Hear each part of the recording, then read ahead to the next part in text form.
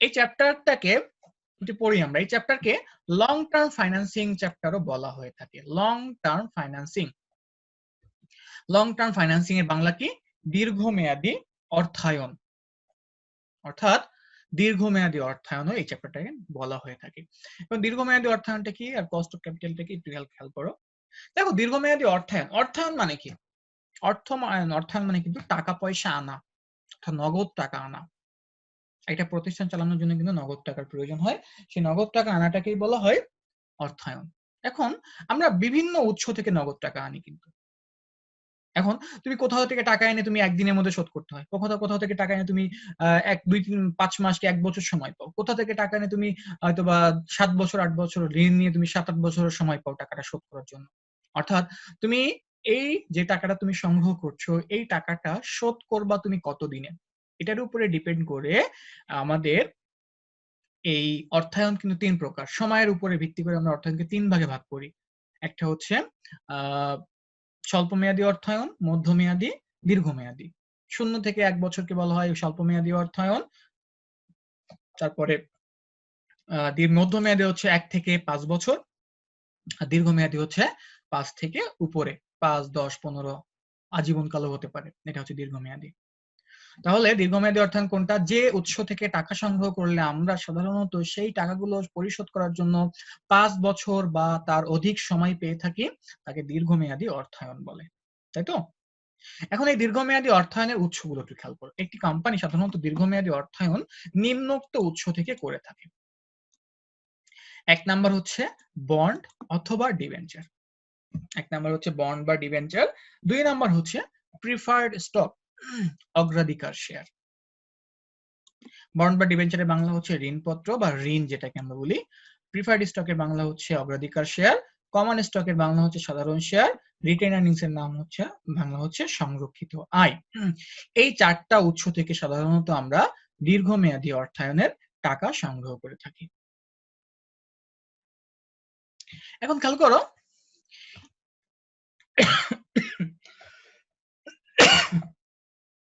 এই চ্যাপ্টারের মূল কাজটা কি? দেখো আমাদের চ্যাপ্টারটার নাম কি? খেয়াল করে দেখো তো, কস্ট অফ ক্যাপিটাল, মূলধনের ব্যয়।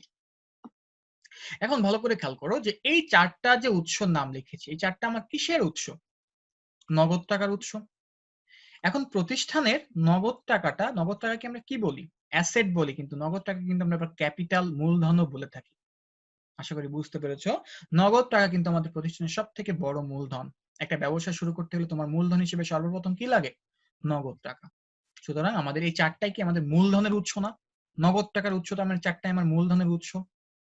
এখন আমাদের এই মূলধনগুলো, এই 4টা মূলধনের উৎসের কি বের করতে হবে?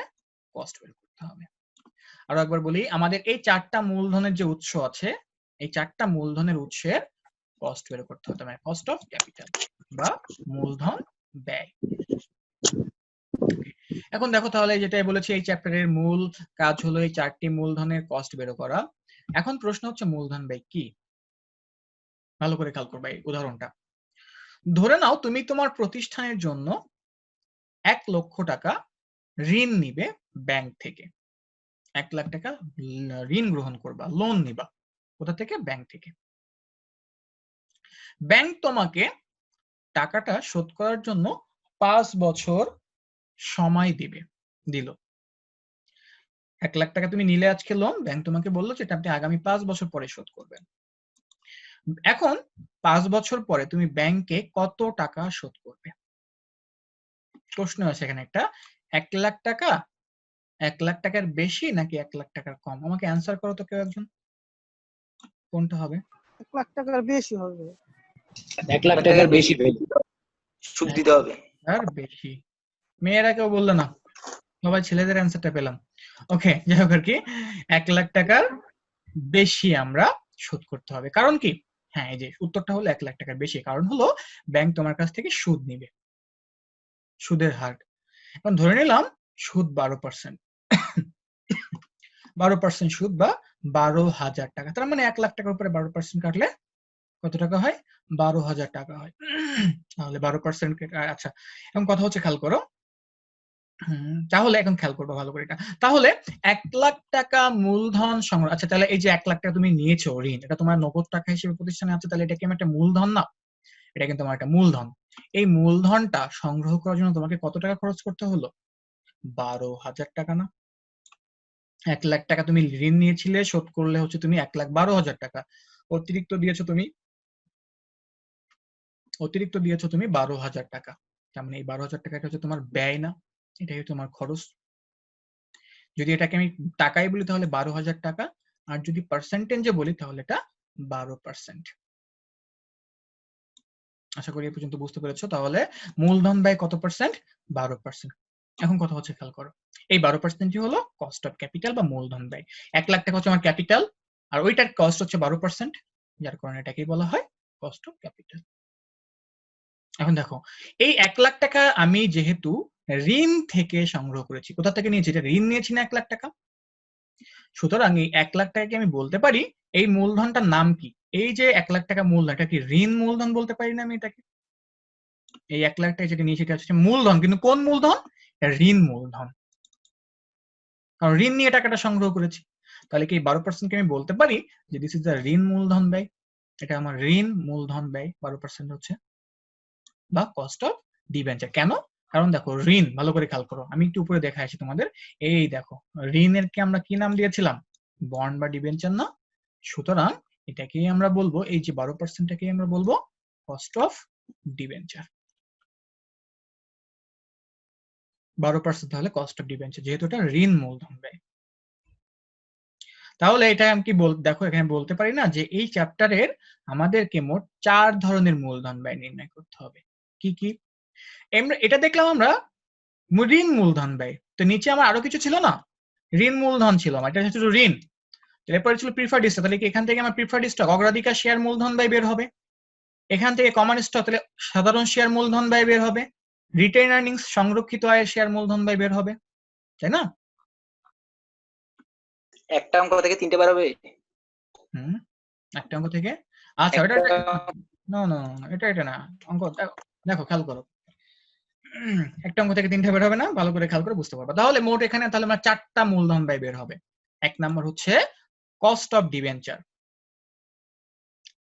ঋণ মূলধন ব্যয়, যেটা আমি মাত্র বোঝালাম। এরপরে কি? কস্ট অফ প্রিফার্ড স্টক, অগ্রাধিকার শেয়ার মূলধন ব্যয়। তার মানে অগ্রাধিকার শেয়ার, এটা কি জিনিস কিভাবে বোঝাবো এটা আমি পরে বোঝাবো, এটা আমি নেক্সট তোমার যখন ম্যাথ করবো এটা তখন বোঝাবো। আপাতত কস্ট অফ ডিবেঞ্চার যেটা বুঝলো ওটাই। এরপরে তাহলে কি হবে? কস্ট অফ প্রিফার্ড স্টক, অগ্রাধিকার শেয়ার মূলধন ব্যয়। কস্ট অফ কমন স্টক, সাধারণ শেয়ার মূলধন ব্যয়। আর কস্ট অফ রিটেইন আর্নিংস, সংরক্ষিত আয়ের মূলধন ব্যয়। তাহলে মোটে 4 ধরনের কস্ট আমাদেরকে এখানে বের করতে হবে। এখন খেয়াল করো, এই চ্যাপ্টারে আমরা কস্টকে কে দ্বারা প্রকাশ করে থাকি। কস্টকে আমরা এই চ্যাপ্টারে কে দ্বারা প্রকাশ করে থাকি। ফিনান্সে কস্টকে সাধারণত ম্যাক্সিমাম ম্যাথে কস্টকে আমরা কে দ্বারা প্রকাশ করি, সি দ্বারা না। ভালো করে খেয়াল করবা, সি দ্বারা কস্টকে আমরা প্রকাশ করি না, আমরা কস্টকে প্রকাশ করে থাকি কে দ্বারা। তাহলে একটু খেয়াল করো তো, কস্ট অফ ডিবেঞ্চার বা বন্ড এটাকে আমরা কি বলতে পারি? কেডি। কস্ট অফ প্রিফার্ড স্টককে আমরা বলি কেপি। কস্ট অফ কমন স্টককে বলি কেই। আর কস্ট অফ রিটেইন আর্নিংসকে আমরা বলি কে আর। এখন আজকের ক্লাসে আমরা এই কস্ট অফ ডিবেঞ্চার নিয়ে আলোচনা করব, অর্থাৎ প্রথমটা নিয়ে। বাকিগুলো আমরা আস্তে আস্তে ধাপে ধাপে আলোচনা করব। আজকে এখন আমরা কোনটা নিয়ে আলোচনা করব, সেটা হচ্ছে কস্ট অফ ডিবেঞ্চার নিয়ে। এখন কথা হচ্ছে তোমাদের এটা ছিল হচ্ছে আজকে মোটামুটি। দেখো এই চ্যাপ্টারের যে প্রত্যেকটা ক্লাসে তোমাদের বেসিক থাকবে, প্রায় ম্যাক্সিমাম ক্লাসে প্রত্যেকটা চ্যাপ্টারের বেসিক মানে একটা টপিকস নিয়ে ধরবো, সেই টপিকসের উপর বেসিক দিয়ে তারপরে ক্লাস শুরু করব। তো আজকে যে ক্লাসটুকু করব সেটার বেসিক ছিল এইটুকু। তো আজকে আমরা খেয়াল করে দেখো ভালো করে। তো আজকে এবার আসি আমরা কোনটা নিয়ে আলোচনা করবো। আজকে কস্ট অফ ডিবেঞ্চার বা বন্ড নিয়ে আলোচনা করব। কস্ট অফ ডিবেঞ্চার বের করার জন্য আমরা নিম্নোক্ত সূত্র ব্যবহার করব। এখন ভালো করে দেখো যে এই যে 4টা কাজ করতে হবে আমাদেরকে, এই 4টা জিনিস বের করতে হবে আমাদেরকে এখানে। Cost of debenture, cost of preferred stock, cost of common stock, cost of retain earnings, এই 4টা একটা ব্যয় কিন্তু আমাদের এই চ্যাপ্টার থেকে বের করতে হবে। তো বের করার জন্য আমাদের কি করতে হবে, অবশ্যই ফর্মুলা ইউজ করতে হবে। এই চ্যাপ্টারে কিন্তু অনেক ফর্মুলা তোমাদেরকে ফেস করতে হবে, বেশ কয়েকটা ফর্মুলা ফেস করতে হবে। ভয় পাওয়ার কারণ নেই, ফর্মুলা খুব বেশি কঠিন না এখানকার। তবে আমরা আজকে ডিবেঞ্চার নিয়ে অর্থাৎ কস্ট অফ ডিবেঞ্চার নিয়ে আমরা আলোচনা করব, কস্ট অফ ডিবেঞ্চারের ফর্মুলাগুলো নিয়ে আলোচনা করব। ওকে, তো দেখো কস্ট অফ ডিবেঞ্চার বের করার জন্য আমরা নিম্নোক্ত সূত্রের ব্যবহার করব, খুব ভালো করে খেয়াল করবা। দেখো কস্ট অফ ডিবেঞ্চার বের করার মোট 3টা সূত্র লেখা আছে এখানে। 3টা কেন, একই মাত্র 3টা কেন সূত্র ইউজ করব? 3টা হচ্ছে প্রশ্নে দেয়ার তথ্য অনুযায়ী এক এক সময় এক এক তথ্যগুলো এক এক সময় এক এক সূত্রটা ইউজ করতে হবে। কখনো কখনো 1 নাম্বার সূত্রটা, কখনো কখনো 2 নাম্বার ফর্মুলা, কখনো কখনো 3 নাম্বার ফর্মুলা। ফর্মুলা একটা না, দুইটা ইউজ হবে না, কখনো একটা ইউজ হবে। কিন্তু বিষয় হচ্ছে অঙ্কের সূত্র, অঙ্কে দেওয়া তথ্য অনুযায়ী সূত্র চেঞ্জ হতে পারে, 3টার মধ্যে যে কোনো একটা। তাহলে দেখো প্রথম ফর্মুলাটা কেডি বের করার প্রথম যে ফর্মুলাটা কি ছিল, I into 1 minus tax rate into 100। এই ফর্মুলাটা কখন ইউজ করব আমরা? এই ফর্মুলাটা তখন ইউজ করব যখন আমাদের প্রশ্নে অনলি ট্যাক্স রেট দেওয়া থাকে। আবারও বলি, প্রশ্নে যদি শুধুমাত্র ট্যাক্স রেট দেওয়া থাকে তাহলে আমরা এই ফর্মুলাটা ইউজ করব। ওকে, তার মানে শুধুমাত্র ট্যাক্স রেট। অর্থাৎ বিষয় হচ্ছে, দেখো একটু খেয়াল করো যে এখানে যে মানগুলো আছে বা যে ভ্যালুগুলো, এখানে যে তথ্যগুলো আছে, সূত্রের যে এলিমেন্টস গুলো আছে, সেটা একটু কি দেখো। আই, প্রথমে হচ্ছে আই না, আই সমান সমান interest rate before tax, tax দেওয়ার পূর্বে ইন্টারেস্ট রেট, এটাকে বলা হয়। এটা কি হবে, প্রশ্ন তোমার দেওয়া থাকবে। আর টি আর সমান সমান ট্যাক্স রেট, এটাও আমাদের প্রশ্নে দেয়া থাকবে। যখন দেওয়া থাকবে তখন আমরা এই ফর্মুলা, অনলি ট্যাক্স রেট যখন দেওয়া থাকবে তখন আমরা এই ফর্মুলাটা ইউজ করব। তো এখন একটা জিনিস খেয়াল করো, একটা বিষয় মনে রাখবা যে ইন্টারেস্ট, এই যে আই, এটা কি ছোট হাতের আই না, এটা হচ্ছে বড় হাতের আই। দুটার মধ্যে একটা ডিফারেন্স আছে। কি ডিফারেন্স? দেখো ছোট হাতের আই মানে কি লেখা, ইন্টারেস্ট রেট, মানে সুদের হার। আর বড় হাতের আই মানে হচ্ছে ইন্টারেস্ট অ্যামাউন্ট বা ইন্টারেস্টের টাকা। বিষয়টা কেমন, আমি তোমাদের যে উদাহরণটা দিয়েছিলাম দেখো তো মনে হচ্ছে কিনা। এই যে দেখো, ধরে নিলাম সুদ হচ্ছে 12% অথবা 12,000 টাকা না। তো 12% মানে কি আর 12,000 টাকা মানে কি? পার্সেন্ট মানে হচ্ছে সুদের হার, 12% মানে সুদের হার। হ্যাঁ, আর 12,000 মানে হচ্ছে অ্যামাউন্ট অফ ইন্টারেস্ট, অর্থাৎ 12,000 টাকা। আচ্ছা, তাহলে এটা হচ্ছে আমার ইন্টারেস্ট রেট, এটা হচ্ছে আমার ইন্টারেস্টের অ্যামাউন্ট। অর্থাৎ এটা হচ্ছে ছোট হাতের আই, এটা হচ্ছে বড় হাতের আই, তাই তো?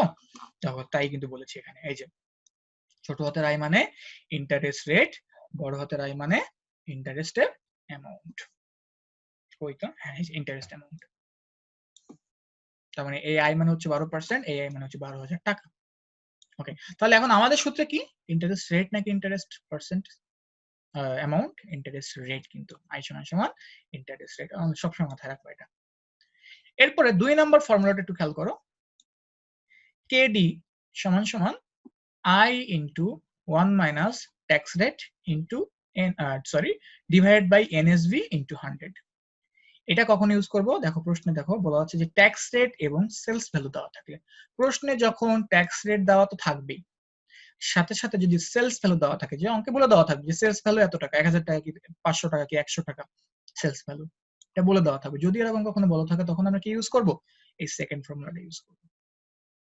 আচ্ছা, এখন একটা কথা হচ্ছে, এখানে ইনটু 100 কেন দিলাম?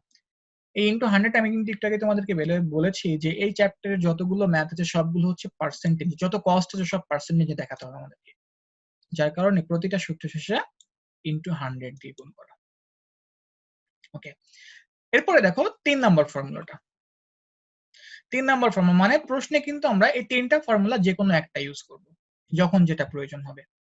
কেডি সমান সমান I into 1 minus tax rate plus FV or RV minus NSV divided by N, আর whole divided by FV or RV plus NSV divided by 2। এই ফর্মুলাটা আমরা কখন ইউজ করব? দেখো প্রশ্নে নাম্বার অফ ইয়ার থাকলে। নাম্বার অফ ইয়ার, আচ্ছা এখন নাম্বার অফ ইয়ারটা কি? নাম্বার অফ ইয়ার মানে হচ্ছে মেয়াদ। 5 বছর, 7 বছর, 10 বছর এরকম যদি 5 ইয়ার্স মেয়াদ কি 6 ইয়ার্স মেয়াদ এরকম প্রশ্ন যদি উল্লেখ থাকে কোনো মেয়াদের কথা, তখন আমরা ফর্মুলা ইউজ করব কোনটা? এই 3 নাম্বার ফর্মুলাটা ইউজ করব। অর্থাৎ প্রশ্নে ট্যাক্স রেট আছে ধরে নাও, সেলস ভ্যালু আছে, কিন্তু তারপরে নাম্বার অফ ইয়ারও আছে। কোন সূত্রটা ইউজ করবা? অবশ্যই নাম্বার অফ ইয়ার যখনই থাকবে তখনই আমরা এই বড় ফর্মুলাটা ইউজ করব। আশা করি তোমরা বুঝতে পেরেছো এই পর্যন্ত। তাহলে এই সূত্রগুলো হচ্ছে এখন আমি প্রশ্ন নিব, সবার কাছ থেকে প্রশ্ন নিব, তবে এই ম্যাথটা শেষ করে। আচ্ছা এখন দেখো আমরা একটু সিম্বল গুলো দেখবো। সিম্বল গুলো একটু খেয়াল করো সবাই।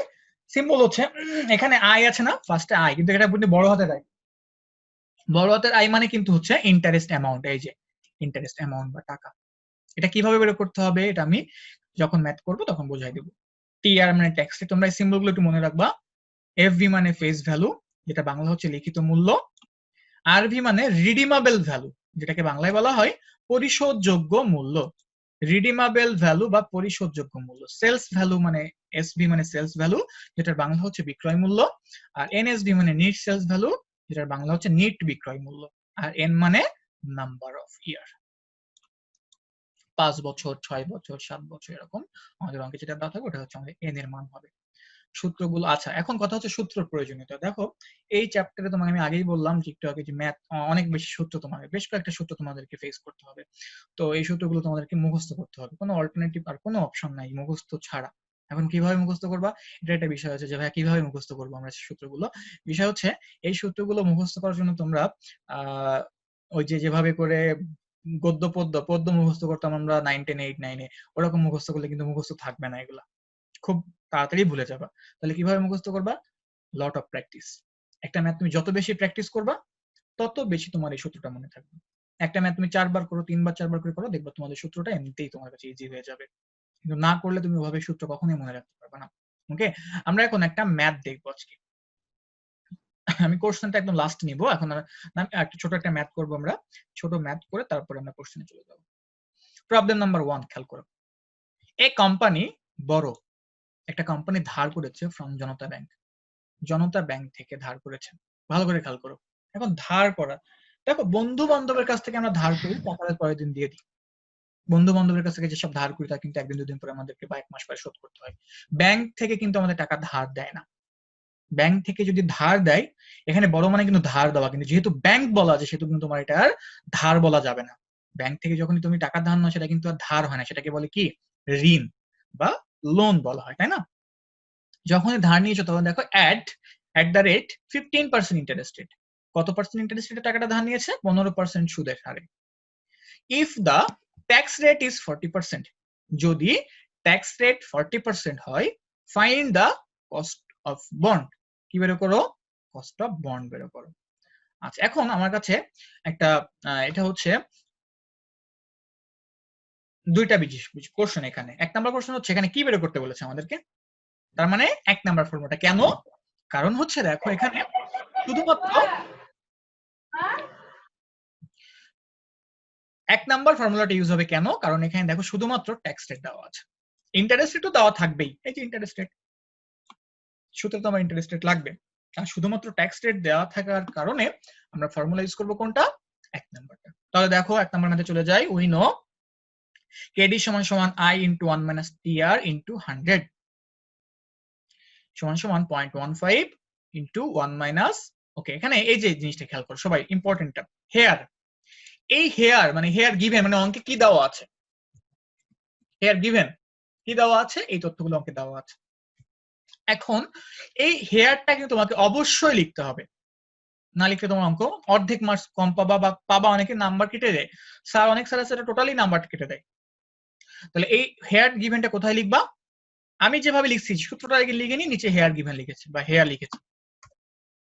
তুমি যদি মনে করো তুমি সলিউশনের পরে হেয়ারটা আগে লিখবা তারপরে সূত্র লিখবা, পসিবল। আবার যদি তুমি মনে করো যে না ভাইয়া আমি কোথাও লিখবো না, আমি এই ডান পাশে একটা দাগ দিয়ে আমি এখানে হেয়ার লিখবো, এখানে হেয়ার লিখবো, এটাও পসিবল। তুমি যে কোনো ভাবে হেয়ারটা লিখতে পারো। আশা করি বুঝতে পেরেছো। তাহলে দেখো হেয়ার কি দেওয়া আছে? ইন্টারেস্ট রেট দেওয়া কত পার্সেন্ট অঙ্কে? 15% দেওয়া না, এই যে 15%, তাহলে 15% বা 0.15। কেন 0.15? আমি কিন্তু তোমাদেরকে আগে যে ক্লাসগুলো হয়েছে গত অন্য চ্যাপ্টারের বা নতুন যারা আছে তাদেরকেও বলি, আমরা প্রত্যেকটা ক্যালকুলেশনের সময় দশমিককে কিন্তু আমরা পার্সেন্টেজ বা শতকরা হারকে আমরা কি করি, দশমিকে কনভার্ট করে নেই। কেন ক্যালকুলেশনের সুবিধার্থে। তো এখানেও আমরা দশমিক কনভার্ট করে নিয়েছি। কিভাবে কনভার্ট করতে তোমরা সবাই জানো, তারপর আমি আরো একবার বলছি। এই যে 15% এটাকে তোমরা কি করবা, 100 দিয়ে ভাগ দিয়ে নিবা 15 কে, যেটা হবে ওটাই আমার দশমিক 0.15। আর ট্যাক্স রেট দেওয়া আছে কত পার্সেন্ট অঙ্কে, 40%, তাহলে 40% 0.40। ওকে, কেডি সমান সমান 20 বের করতে হবে। তাহলে দেখো আমি ফর্মুলাটা অ্যাপ্লাই করেছি 0.15 ইনটু 1 মাইনাস টিআর 0.40 ইনটু 100। 100 কেন পার্সেন্টেজ করি, দেখো ইনটু 100টা কিন্তু আমি লাস্ট লাইন পর্যন্ত রেখে দিয়েছি। এটা ক্যালকুলেশন করে এইটুকু করে আমরা কি পেলাম 0.09 ইনটু 100 দিলে আমার এটা অ্যানসারটা হবে 9%। এটা হচ্ছে আমাদের অ্যানসার। একটা জিনিস খেয়াল করবো, খুব ইম্পর্টেন্ট একটা কথা আমি এখানে বলে দিই, সেটা হচ্ছে এইখানে এই যে কোম্পানি জনতা ব্যাংক থেকে ঋণ নিয়েছে, এখানে ইন্টারেস্ট রেট দেওয়া, ট্যাক্স রেট দেওয়া আছে, কিন্তু কত টাকা ধার করেছে বা কত টাকা ঋণ নিয়েছে সেটা কিন্তু এখানে কোনো উল্লেখ নাই। 1 লাখ টাকা নিয়েছে না 5 লাখ টাকা নিয়েছে না 10 লাখ টাকা নিয়েছে, এটা কোনো উল্লেখ কিন্তু এখানে নাই। তার মানে এটা দ্বারা আমরা কি বুঝলাম, এখানে একটা কোশ্চেন আছে যে এটা কেন দেওয়া নেই। কারণ হচ্ছে তুমি ব্যাংক থেকে বা যার কাছ থেকে লোন নাও না কেন, কত টাকা লোন নিচ্ছ এটার কোনো কাজ আমাদের অঙ্কে নাই। তুমি 1 লাখ টাকা নাও, 10 লাখ নাও, 1 কোটি নাও, এটা নিয়ে কোনো কাজ নেই। কস্ট বের করার জন্য আমাদের মূল যে ক্যাপিটাল, অর্থাৎ কত টাকা তুমি প্রতিষ্ঠানে লোন নিয়ে আনলে, এটার কোনো কাজ নাই।